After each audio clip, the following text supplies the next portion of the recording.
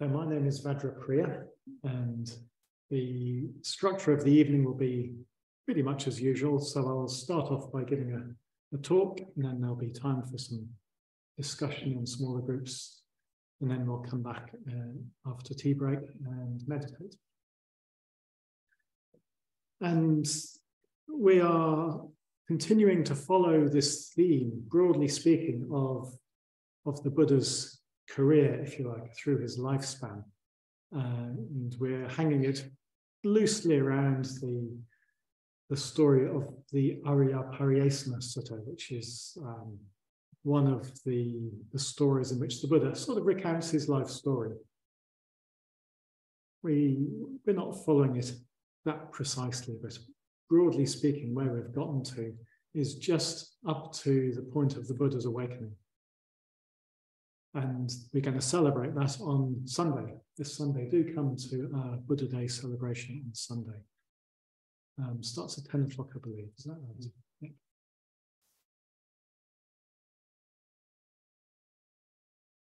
For someone of a vaguely Buddhist leaning, Buddha Day, the Buddha's awakening is the biggest conceivable event, really. It's the point at which awakened awareness, awakened consciousness enters into the world. And that is an extraordinary moment. That's when, as it were, sort of consciousness manages to unravel itself from the knots it's gotten into and is able to perceive and communicate straight and clearly. And we celebrate that first communication on Dharma Day, which is coming up in 8 weeks' time. Anyway, so what I'm going to talk about today is really continuing the theme of conditionality. So a few weeks back, Akasha Raja spoke of the importance of conditions. And then I think a week after that, I spoke on conditionality itself. And this is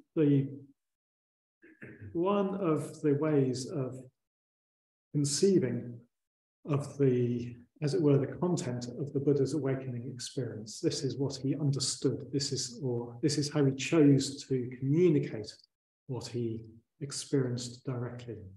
Conditionality is this teaching which broadly can be said to be the realization that whatever experience arises does so on the basis of other experiences, prior experiences, and so experiences going on simultaneously. So everything that we experience is this culmination of lots of other stuff going on.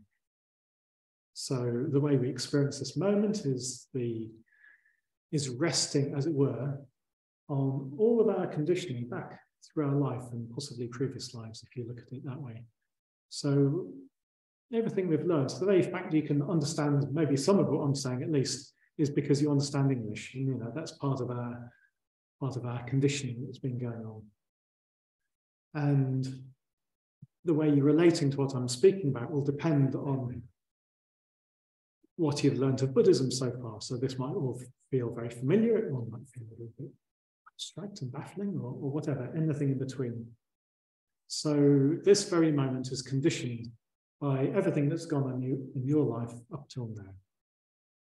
And the Buddha's understanding is that this simple, as it were, simple fact is the key to awakening, the key to learning how to unravel all of the unhelpful conditioning that's gone on. So what I'm talking about this evening is a very particular conception of conditionality. It's the way that Sangharakshita talked about conditionality as the spiral path, or in terms of the spiral path.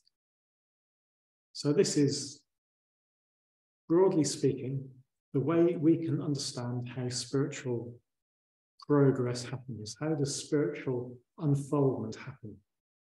What's the mechanism for growth, for spiritual growth? What's the internal dynamic of spiritual growth? How do we apply that to our lives to our best advantage? Because we need to understand how it happens in order to engage with it quite clearly. So that's what I'm going to try and address this evening.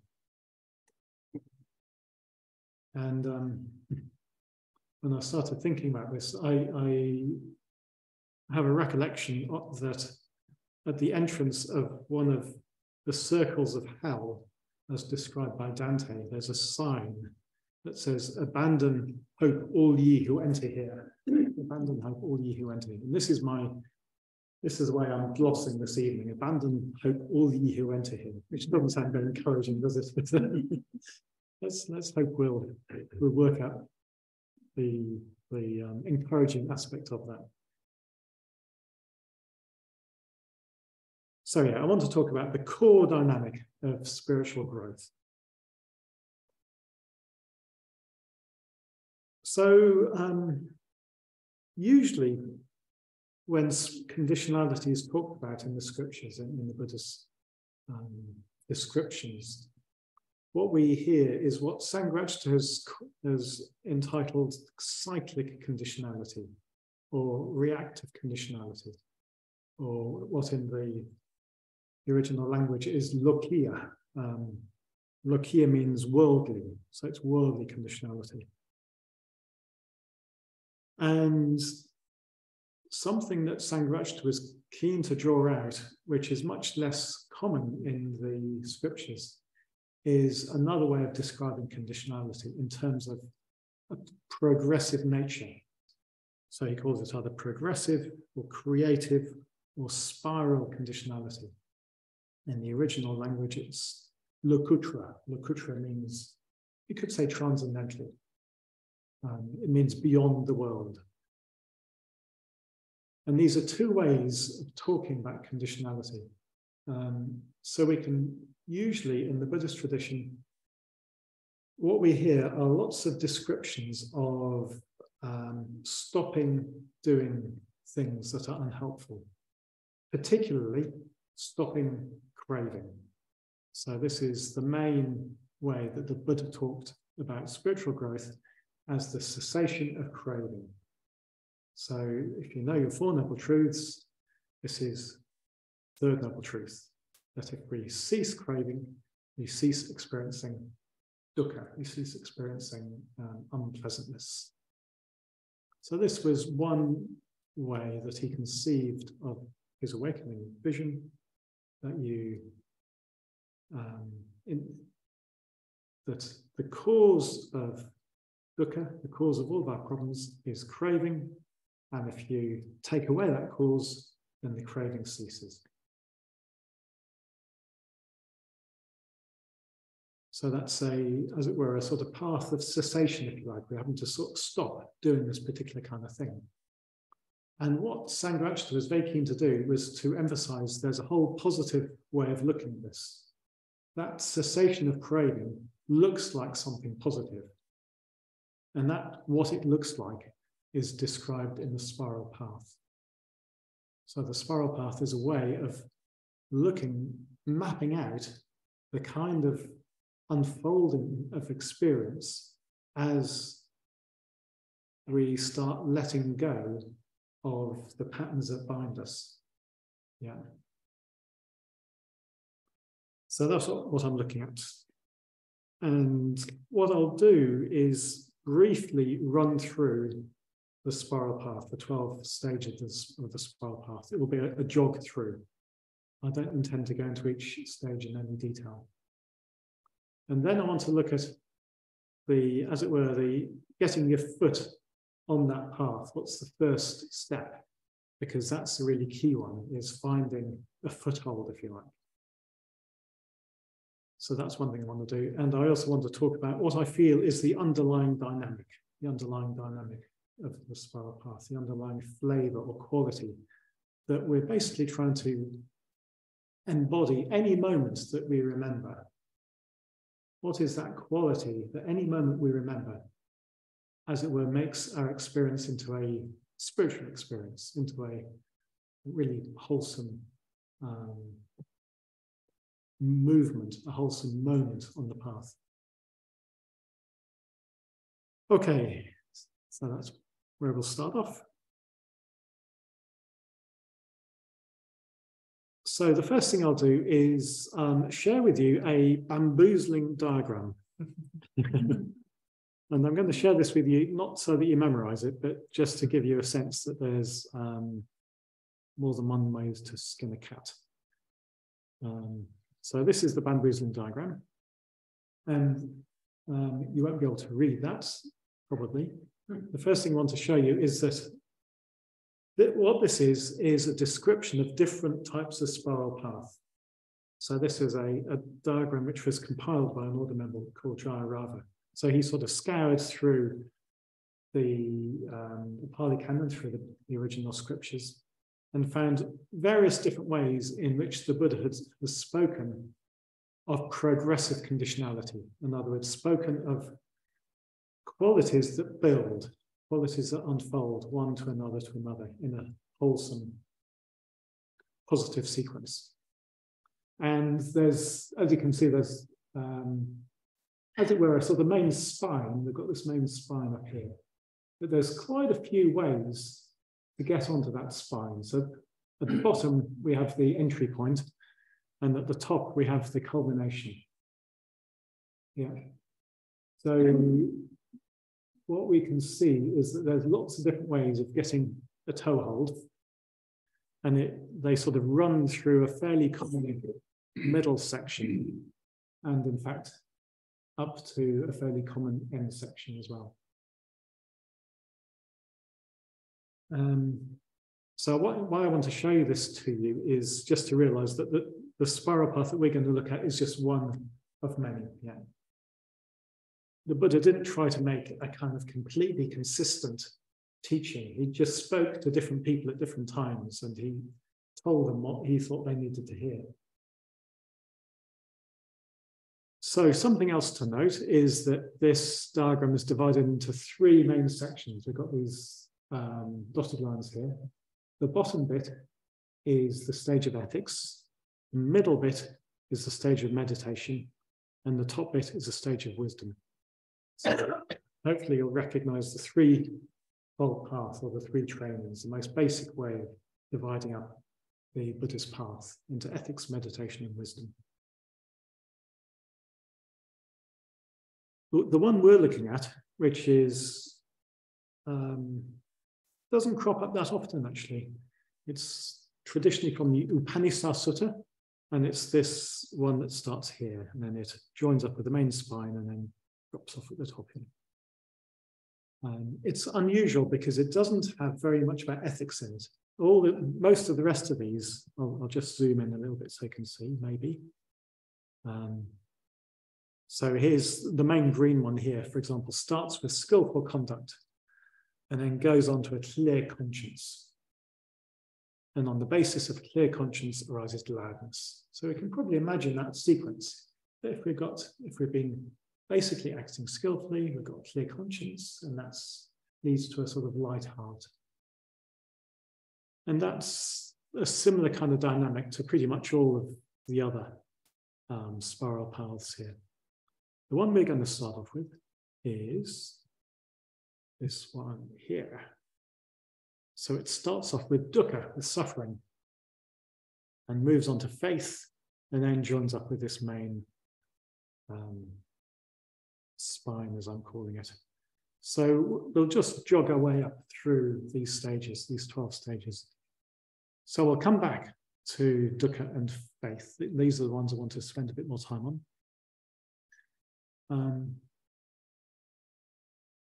On the basis of faith, on the basis of a heart which is connected to our deepest meaning, again arises gladness, arises lightness of heart, arises a sense of fullness of heart, even a happiness, a buoyancy. It's like we know what we're about, we know what life's about.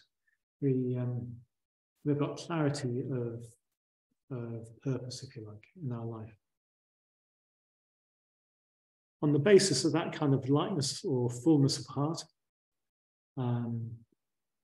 can arise something called rapture, piti. So this is where it's sometimes called gladness, is sometimes called joy. It's like the joy can bubble up, can rise up and be experienced very physically as this sort of freed energy.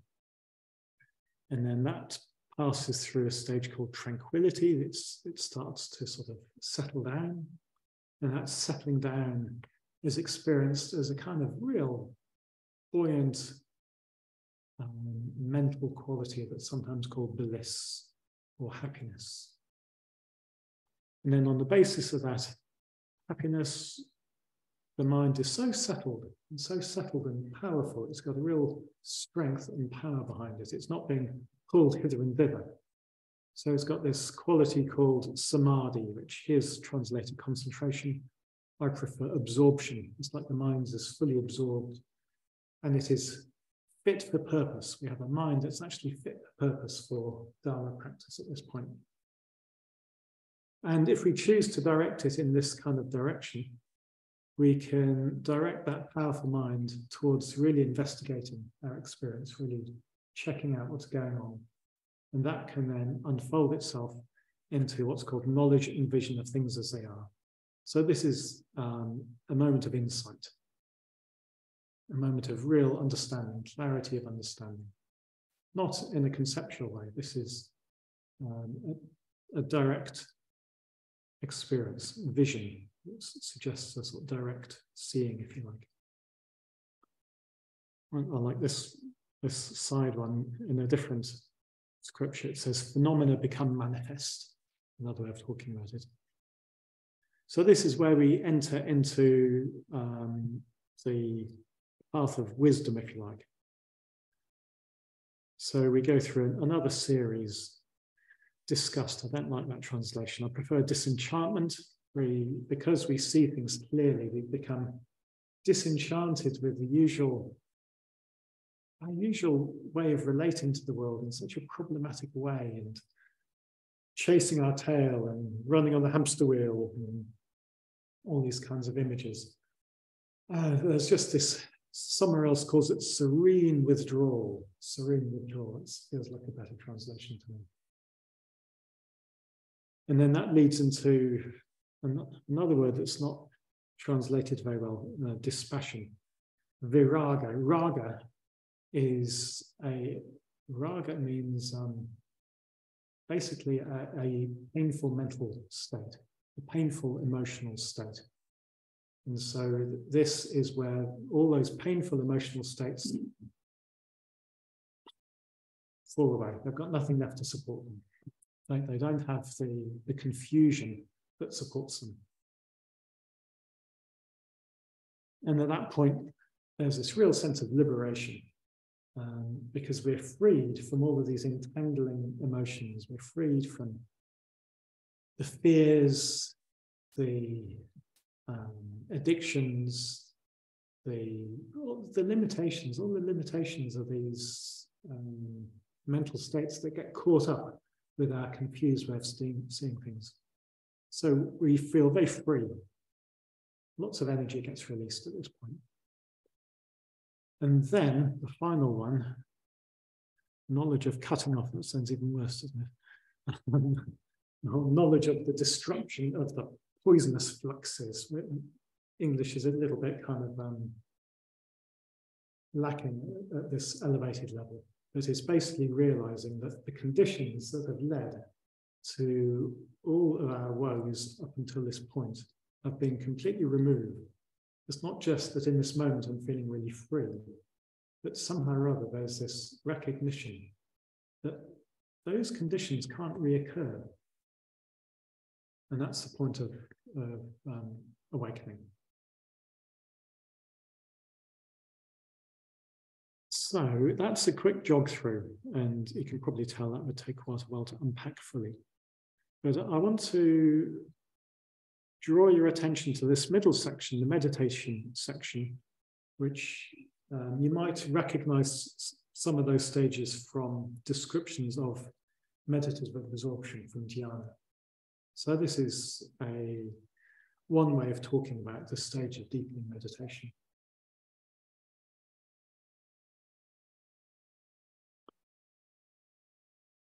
If you want to know more about this, there's lots of places you can look, but one good place is Devan's book, This Being That Becomes, which is about conditionality as a whole, not just about the spiral path. But this has got quite a nice pithy description. Also, Sangrach's book, What is the Dharma? Has a good description. Okay, let's get rid of this. Come back to your screens. Okay, so that's a sense of the whole span of the spiral path. And what I want to do now is talk more about how do we get the first footstep? How do we enter that spiral path? So if you remember, the first stage is dukkha, is unsatisfactoriness. So, well, that's a no-brainer, isn't it? We can probably do that one okay. But of course, it isn't always the case that experiencing unsatisfactoriness sets us spiraling up in that way, because this is the real crossroads or sort of train track points of the spiritual life. Pretty much most of the time is we have a choice between reacting to unsatisfactoriness in an unhelpful way, in that reactive way, to use Sangrach's language, or in a creative way. So we can either stay spinning around the worldly nidanas, the worldly links of the other set of conditioning co-production stages, which I haven't talked about, but hopefully a lot of you know about them. So in other words, we react to dukkha with either craving, something unpleasantness happens, so we lose ourselves in chocolate or drink or what have you. Or the creative response to dukkha is faith, is saddha or shraddha. So let's see what that means, because this is the point at which pretty much at any point we can make that step. At any point we can reorientate our mind towards what is of deepest value to us, towards the three jewels, if we're Buddhists. And this is a moment of, as it were, genuine spirituality, responding to difficulty with faith. So let's see what that might look like.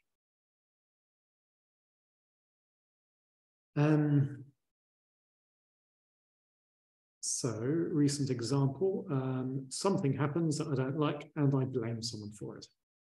Maybe this is a familiar one.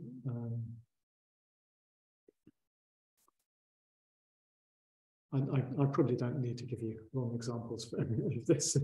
Something unpleasant happens. First port of call is, who left that there for me to trip over?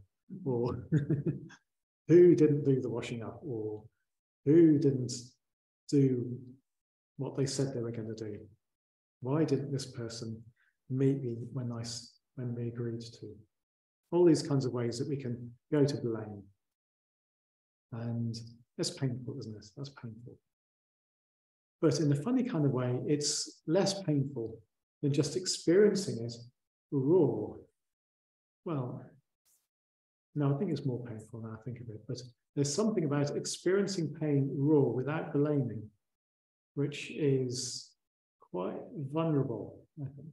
It's just like, oh, this is horrible. I don't like this. But we don't actually have to spin off into blame. We don't have to blame someone else. We don't have to blame ourselves. We don't have to get down on ourselves. It's just like, this is unpleasantness. And this is a quality of unawakened existence. This is what the Buddha said. Unawakened existence is marked by dukkha. This is just how things are.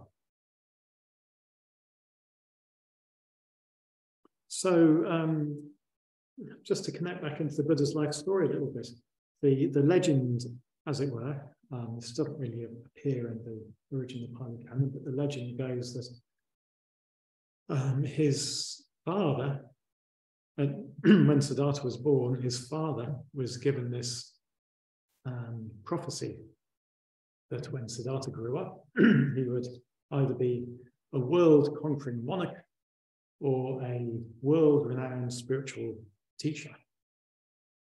And his father knew what he wanted him to be. He wanted a world-conquering monarch.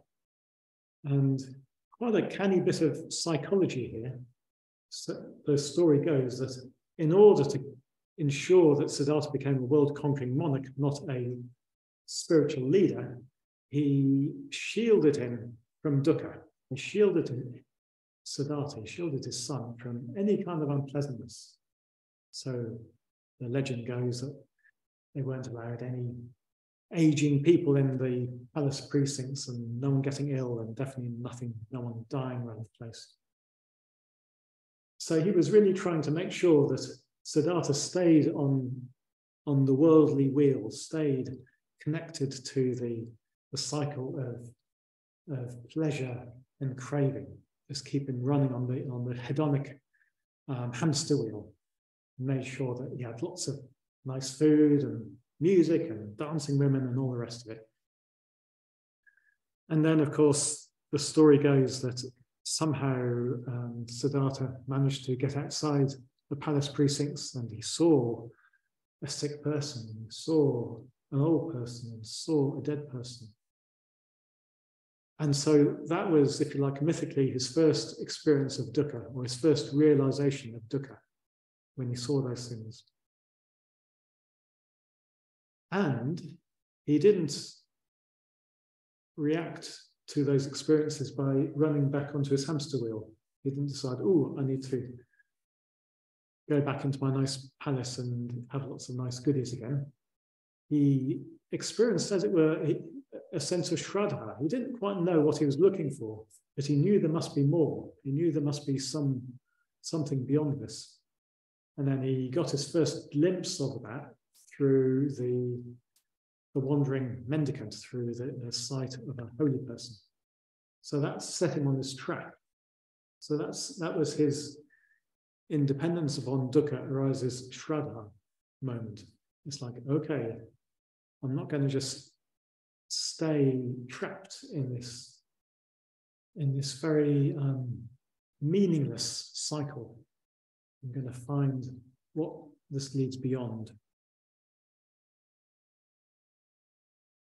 So to experience shraddha, to experience faith as arising out of dukkha, we need something like vision. We need some sort of vision. What Sangha called perfect vision in his Noble Eightfold Path talks. It's like we need some sort of intuition that there's more to life than this, that there's something beyond the superficialities of existence, if you like. So that's one of these qualities that means that we can step onto the spiral path. And there's many ways of doing that. There's many ways of taking that step onto the spiral path. So I'll just give a few examples. So this is really linked with the not complaining. It's about taking full responsibility for our own state of mind. It's recognizing that ultimately no one can make us experience negative mental states unless to some degree or another we cooperate with that. Now that's quite a sort of big thing to say, and I'm not saying that so much as doctrine, but as a kind of exhortation. I think I could say that as an exhortation, that if we are taking full responsibility for our mental state, then people can do things to irritate us, but the irritation is our own if we choose to go there. It's like we've cooperated with them. So people can do all sorts of things to provoke us, and it's completely understandable to be provoked. It's completely understandable to enter into a negative mental state if people act very badly towards us. Taking full mental responsibility for our own actions is recognizing that I can create it. I can experience the unpleasantness of this experience. I can experience the burning or whatever it is that's going on. And to whatever extent I'm able, I can step onto this spiral. I can say, I can remember, okay, this world is never going to completely conform to my wishes. And this person has just demonstrated that for me. Thanks. We can't make the world conform to our wishes. There's an image that I like that's used by Shantideva. He poses the rhetorical question, how much leather would it take to cover the whole earth? So imagine being an 8th century person walking around in bare feet, monk, and the ground would probably be pretty stony and spiky and unpleasant to walk on. So wouldn't it be nice to cover the earth with leather so that it's nice and comfortable? In our language, we'd probably use the image of carpet. How much carpet would it take to cover the earth? And he says, all you need is enough leather to cover the soles of your feet. So in other words, if we can take full responsibility for our own actions and for our own mental states, we can walk anywhere we like. We don't need the earth to be carpeted for us. We don't need everyone to conform to our wishes. We don't need all of our working life to go smoothly. We don't need things to be delivered on the day that they say they're going to be delivered. We don't need our car to work perfectly all the time, etc., etc. The world is not going to conform to our wishes, so let's get used to taking responsibility for our mental states.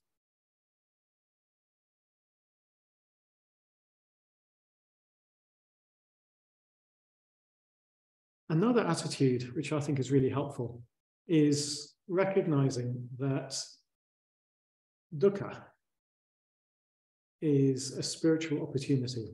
This is really just another way of saying the same thing.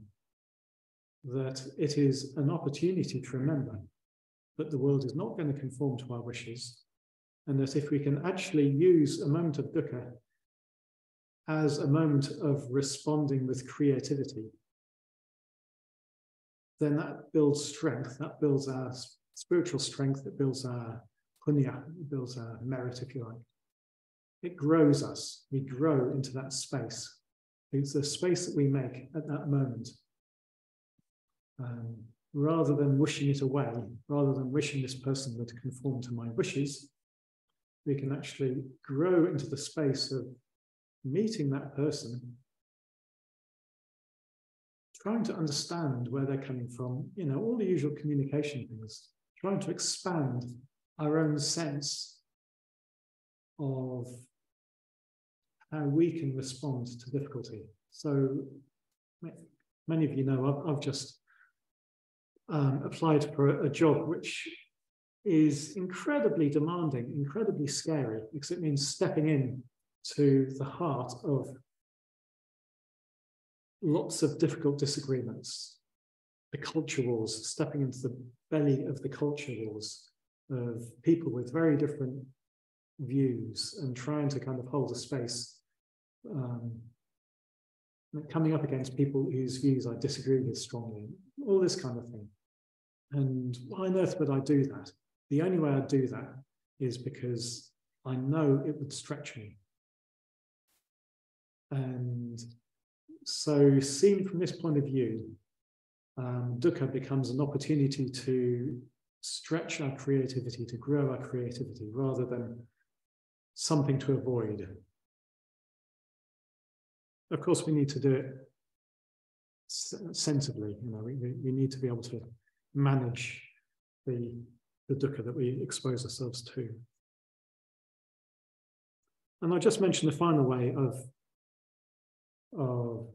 stepping onto this spiritual path, which is, if you like, this most simple and direct way. If it works for you, it's chant a mantra. The going gets tough, you chant a mantra. So in other words, you use the mantra of some representation of awakening to connect you really directly to a flavor of the awakened mind, a flavor of what's possible. I was once on a pilgrimage in India, and the bus we were on was stopped and held up, and banging on the door, bang, bang, bang, bang, bang, bang. Open the door, in walked two people with rifle, well, one with a pistol, one with a rifle. And in common with lots of other people, I was simultaneously trying to stuff my passport down my underwear and chant a mantra. We were, as you can see, I survived. We got let off, but speaking to my other friends on the bus, the air was thick with mantras on that particular occasion. So there are a few sort of hints for how to step onto the spiral path using dukkha as the first step. It's like really remembering what our higher purpose is about. It's not about having an easy life. To the extent that we're really committed to a Dharma life, we're not looking for ease, we're not looking for comfort, we're looking for growth, we're looking for expansion, we're looking for freedom. So I want to talk briefly about the what I think of as the central dynamic of the spiritual path, which I don't have to speak about that much because luckily Shraddha talked about it a couple of weeks ago. She talked about it as letting go. So the spiral path is really a map of letting go at more and more refined levels. So at the first level, from dukkha to shraddha, what we're doing is letting go, abandoning hope of fulfillment in worldly existence, abandoning the hope that the world will finally conform to our wishes, that we'll finally get all of our ducks in a row, our house will be perfectly arranged, our relationship will be in perfect shape, meditation practice will be perfect and regular, whatever it is. We abandon hope that everything's going to go tickety-boo. It's not going to happen. So we need something greater to rest our heart upon. And that's the three jewels. So we recognize that what we're doing in life isn't just trying to find a nice, comfortable stasis. Thank God. I was, yeah, okay, so as we start moving into the more meditative states, moving up the spiral path, what we're letting go of is more and more subtle levels of craving, more and more subtle levels of wanting to sort of move forward in time. It's like there's this tendency to lean forward into the next thing, isn't there? And I was in a year-long retreat in Spain once, and I was doing these sessions of meditation, sitting meditation, walking meditation, sitting meditation, walking meditation, sitting meditation. So these blocks, and there I was in my sitting meditation, thinking, okay, must be almost there, must be almost time to finish this sit. And I thought, so what am I going to do when this sit finishes? I'm going to do walking meditation. And what am I going to do when that finishes? I'm going to do sitting meditation. What am I going to do then? I'm going to do walking meditation. So it's just this sense that what on earth am I leaning forward into? There's just nowhere to lean into other than the next moment of being aware, the next moment of being present. It's like there's no escape from this. So I may as well just be present. So any moment probably we can notice some sense of leaning into the next thing. When on earth is Vajrapriya going to finish speaking? When can we have our cup of tea? When's the next thing going to happen? And we can probably experience that as a sense of body tension, quite likely. So there's always that very simple entry point. Just relax that. Just drop the burden. Drop the burden of needing the next thing to happen.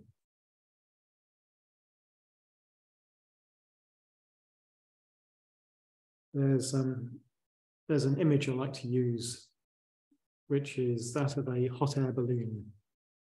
So if you imagine that what we're in is a hot air balloon and we're wanting to rise up, but the hot air balloon is firmly on the ground and the canopy is all nicely filled up with this hot air, but it's firmly on the ground. What do? Well, we throw the ballast out, don't we? We poke out the sandbags. That sort of makes sense in the hot air balloon, but the analogy, our sort of visceral analogy, is probably the opposite. The visceral analogy is want to haul in some sandbags, we want to haul in some more pleasant experience. If only I could have that experience and this experience, then I'll be able to rise up. Then I'll be happier.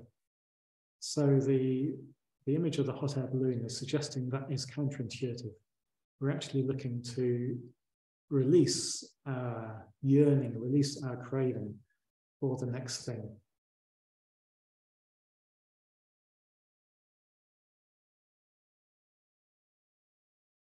So this is the sort of central dynamic, and I think this flavor goes all the way up.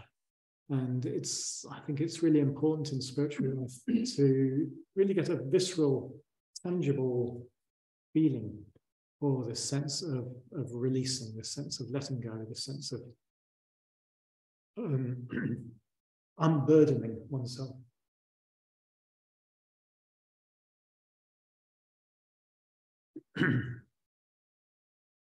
Sangharajta at one stage said he thought almost all of us could dwell in a very much more positive mental state with very little effort.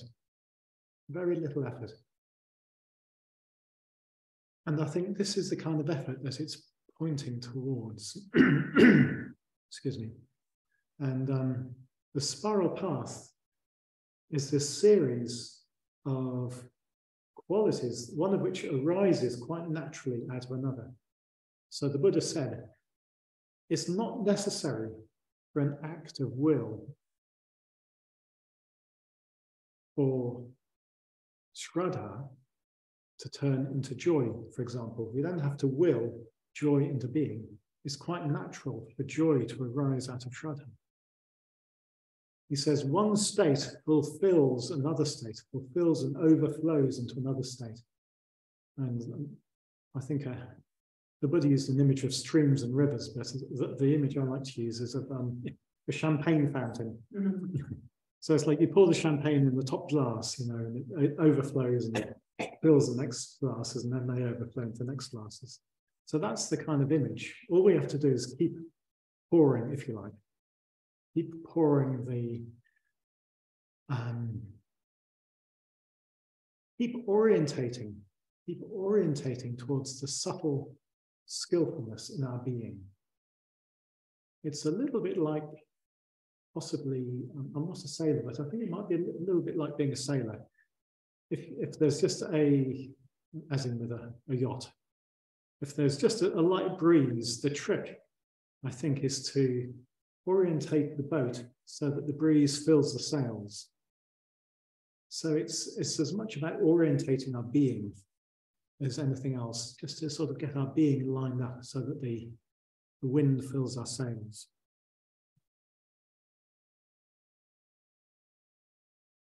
So this is the sort of nature of the effort, is to sort of notice the positive, allow it to develop. This is the whole process going up through the meditative stages, noticing the positive, noticing pleasure in the body, pleasure in the mind, allowing it to spread. You don't have to force it. You just have to let go of whatever it is that's inhibiting it. So just let it spread out, let it float up, so to speak. So I'll just finish with a little quote from Divan. So he says, the spiritual path exists. It leads to awakening eventually, and it will unfold Our lives will come to complete fulfillment through a progressive process that takes care of itself. A progressive process that takes care of itself. Of course, we need to make an effort to cultivate ethics, meditation, and wisdom, but we cannot force spiritual growth and development. The path unfolds according to the principle of conditionality.